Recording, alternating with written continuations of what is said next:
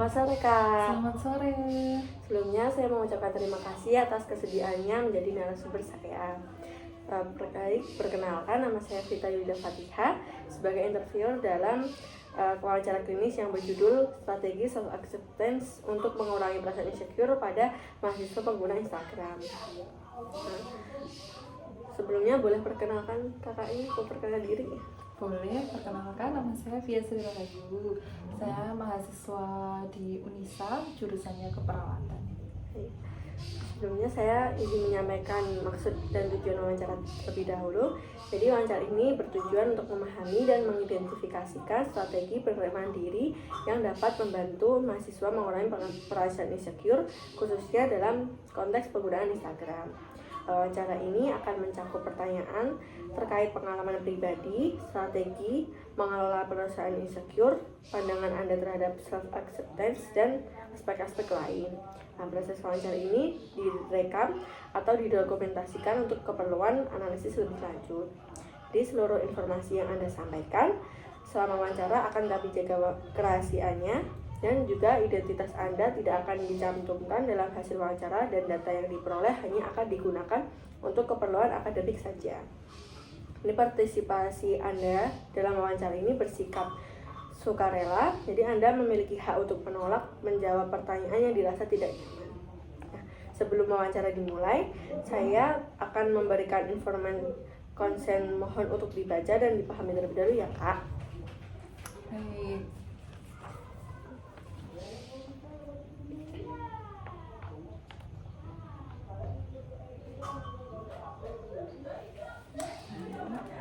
Setelah membaca dan memahami informasi konsen yang sudah saya berikan, apakah kakak bersedia untuk menjadi narasumber saya? Bersedia.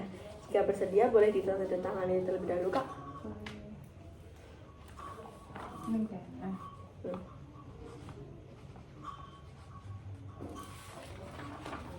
Kasih kak. Oke, kita belum lanjut ke pertanyaan. Apakah ada yang ini ditanyakan kak? Belum, Kak. Ya. Oke, kita mulai ya kak dari pertanyaan pertama. Pertanyaan pertama ya kak, berapa lama Anda biasanya menggunakan Instagram dalam sehari? Biasanya saya bisa 3-4 jam. Biasanya habis ngerjain tugas, kalau enggak ya saat waktu-waktu luang tuh saya suka scroll Instagram. Baik. Yang kedua, apakah tujuan utama dalam menggunakan Instagram? Apakah untuk hiburan, atau mencari informasi, atau berinteraksi dengan orang lain? Saya menggunakan Instagram biasanya ya bisa buat hiburan, berinteraksi dengan orang lain juga, terus melihat konten-konten aja sih Kak. Terus apakah Anda sering melihat konten yang menampilkan standar kecantikan, atau gaya hidup mewah, atau pencapaian tertentu? Cukup sering ya, karena di Instagram banyak menampilkan itu, jadi saya cukup sering melihat itu. Bagaimana perasaan Anda setelah melihat konten tersebut kak? Kadang ada perasaan minder, insecure gitu ya, karena standar orang tuh kelihatannya bagus-bagus, tapi ternyata kok kehidupan saya biasa-biasa aja gitu. Apakah ada pengalaman tertentu di mana Anda sering merasa tidak percaya diri atau insecure setelah menggunakan Instagram? Ada sih Kak, karena kadang melihat kayak teman-teman lihat membeli barang-barang yang mewah, terus liburan ke luar negeri, terus saya ya kehidupannya gini-gini aja, itu kadang ngerasa insecure aja sih Kak.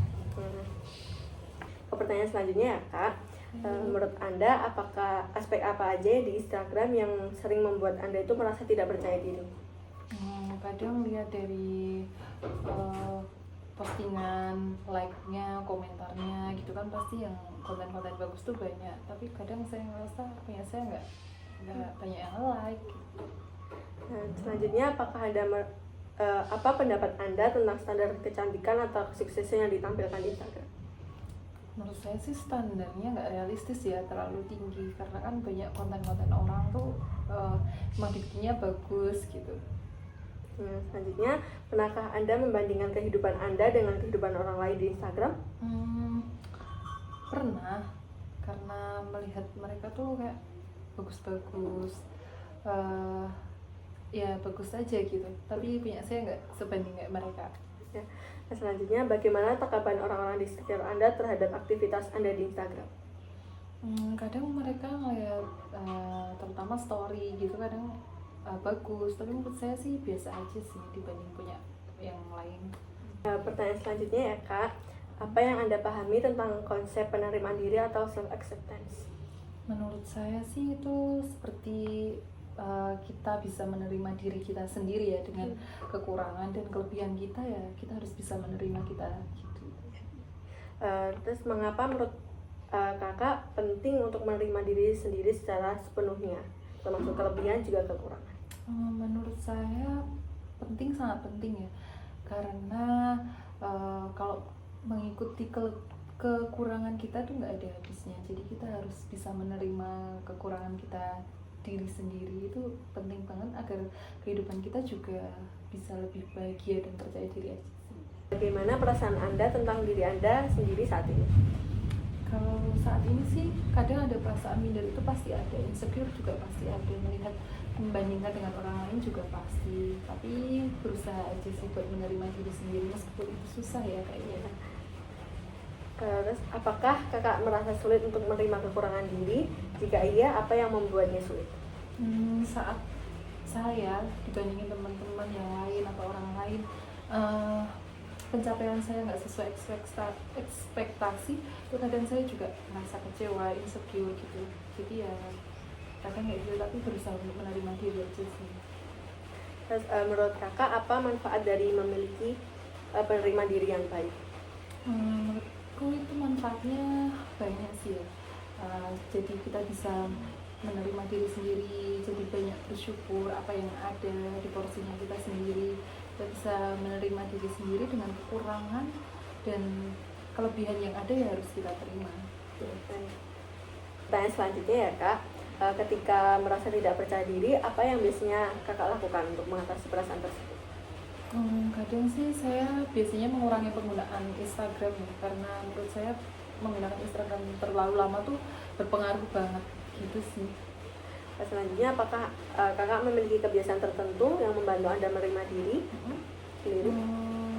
Kadang sih saya kayak apa ya, contohnya ya Kak, Seperti mediasi atau berbicara dengan teman atau menulis jurnal juga bisa.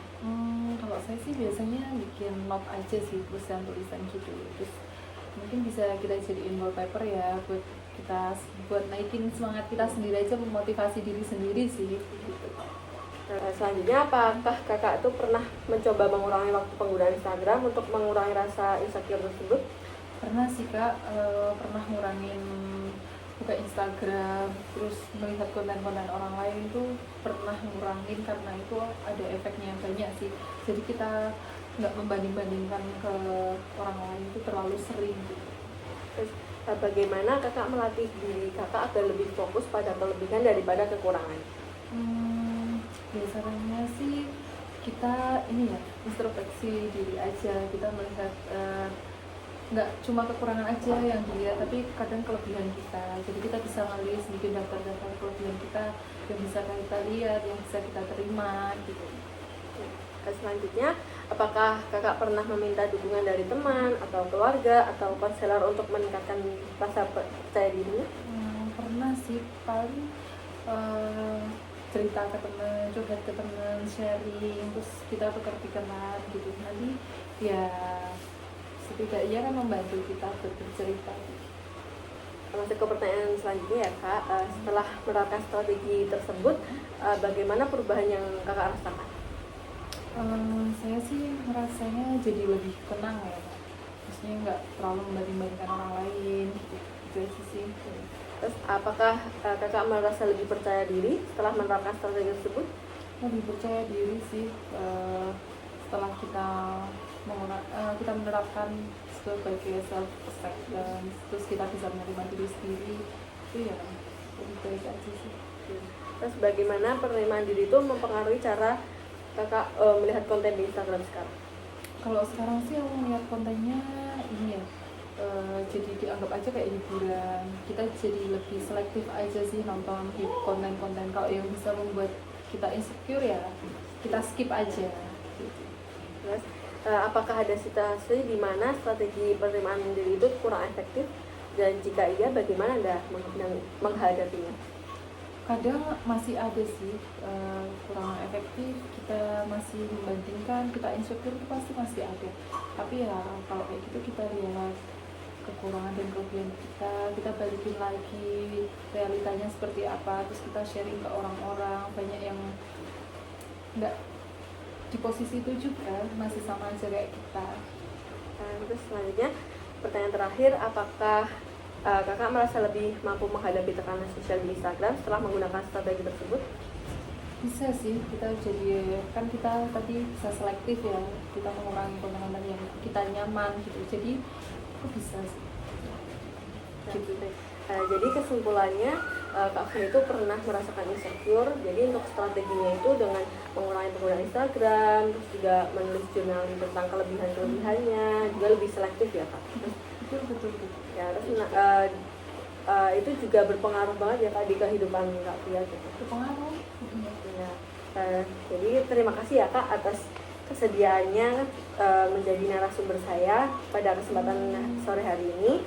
Untuk seluruh informasi yang Anda sampaikan selama wawancara akan saya jaga kerahasiaannya, dan identitas Anda tidak akan dicantumkan dalam hasil wawancara, dan data yang diperoleh hanya akan digunakan untuk keperluan akademik sesuai dengan tujuan wawancara klinis hari ini. Nah, jika diperlukan, mungkin saya akan menghubungi kakak kembali untuk melakukan klarifikasi lebih lanjut.